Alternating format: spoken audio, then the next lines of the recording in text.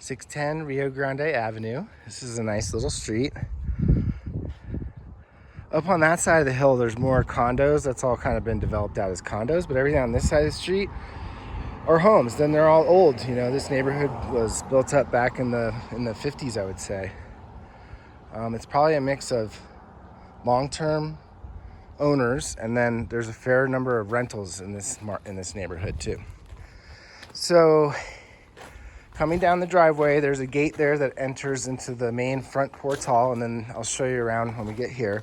So the point is that there's plenty of off-street parking, but you would have to park the cars, you know, in front of each other. But you could put 3 cars in here easy. And there's on-street parking too, which is residentially zoned, which means you have to have a permit to park there. So here's the gate to the main front door. And then this door goes into the kitchen. I'll show you that in a minute. Condition-wise, it's in really excellent shape. All the stucco is great. All the exterior wood trim is in really good condition. And then you have this lovely courtyard here, which is really private and quiet, and they have this amazing water feature too that's fun. All the landscaping that you see is on drip irrigation, which is good. That means you can kind of set it and forget it. So a couple of fruit trees out here, some rose bushes. I think that might be a cherry tree, and I'm not sure what that one is. I'd have to take a closer look. So let's go in the house.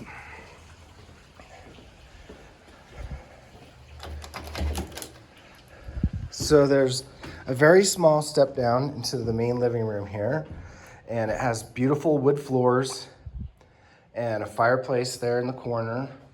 The windows in this room and in this part of the house have been replaced and updated, so those are insulated newer windows. There's a vent down there that shows you that it's forced air heat.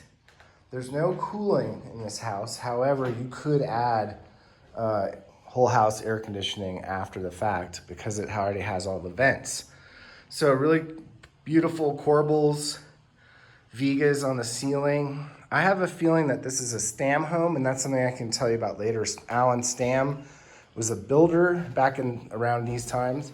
He built really awesome houses. I've owned 2 of them so far. So there's a little bit of a step up here, but the wood trim is a slightly different color, so it gives you some visualization on that, so it's not like a tripping hazard or anything.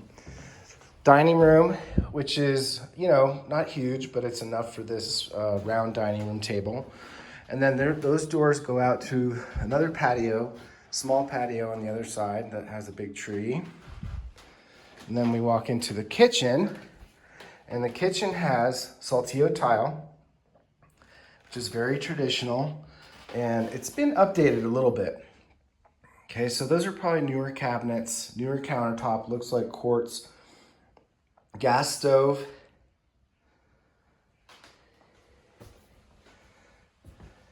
Dishwasher. That's the door that I mentioned that goes back out to the patio.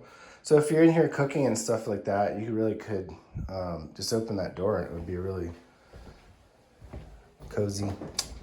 The refrigerator, I think she said this one is new. Yeah, that one is brand new.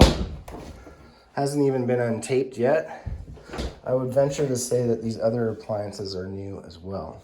There's nice under cabinet light and a cool backsplash subway tile, and then a mix of that newer glass stuff.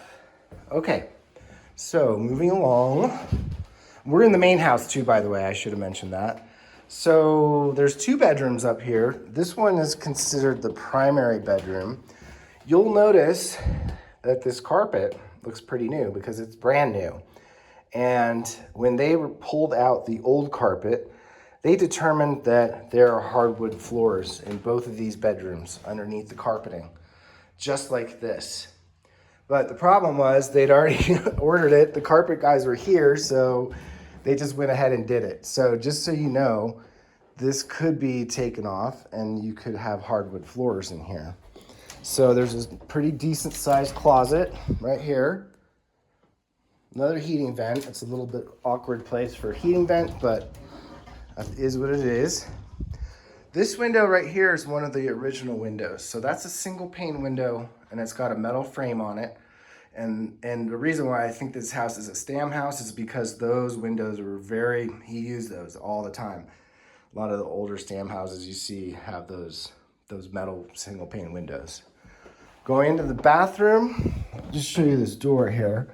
It's a pretty cool glass door. They've got a little privacy thing on top of it. Nice and light and bright in here. Single sink,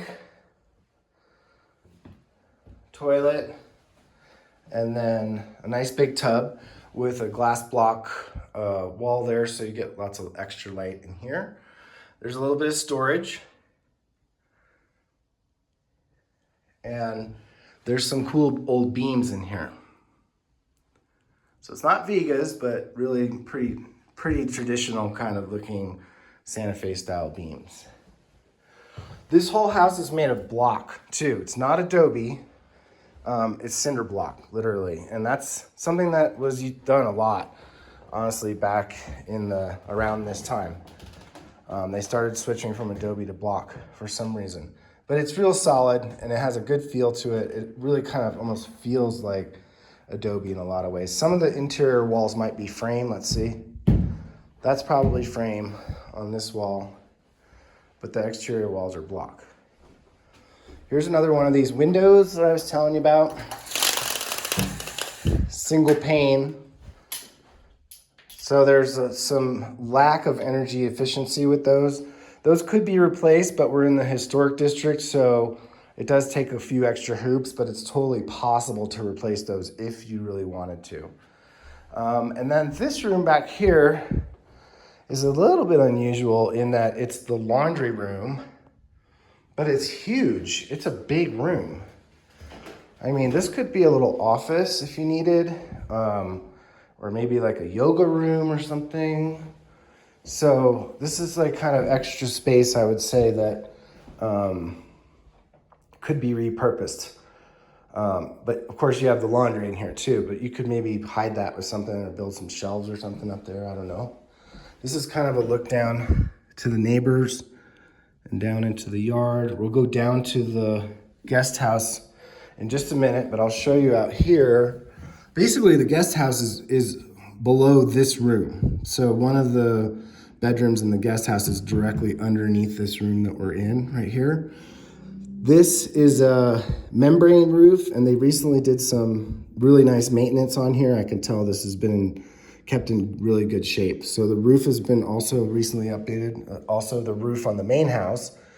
And then over there, a little bit further, you can see there's a metal roof, and that's covering the portal of the guest house. And you see a little bit of a peak of the gate. That's the access to the guest house from the other street. That's on Griffin. All right, so that's pretty much it for the main house. Oh, I need to show you this other bathroom. And again, here's another closet. Everything is real fresh, you know. You don't need to paint or anything like that. I mean, you could really move right in here if you wanted. So this is the second bathroom. Has some really cute tile, little birds on it, stuff. Nice pulls on the drawers.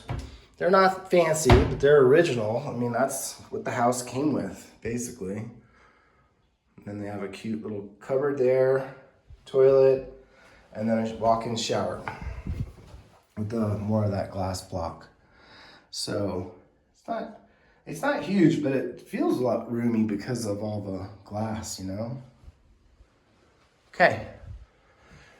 So I'm gonna stop the video and then I'll start it up again as I'm heading down to the guest house.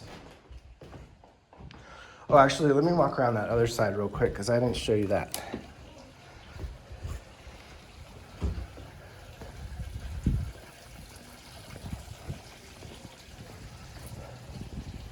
Okay, so not a whole lot over here. It's just basically access to this little patio.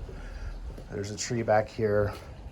Not a huge space, but maybe you could figure out a way to put a small dining room table out here or a couple chairs, something like that.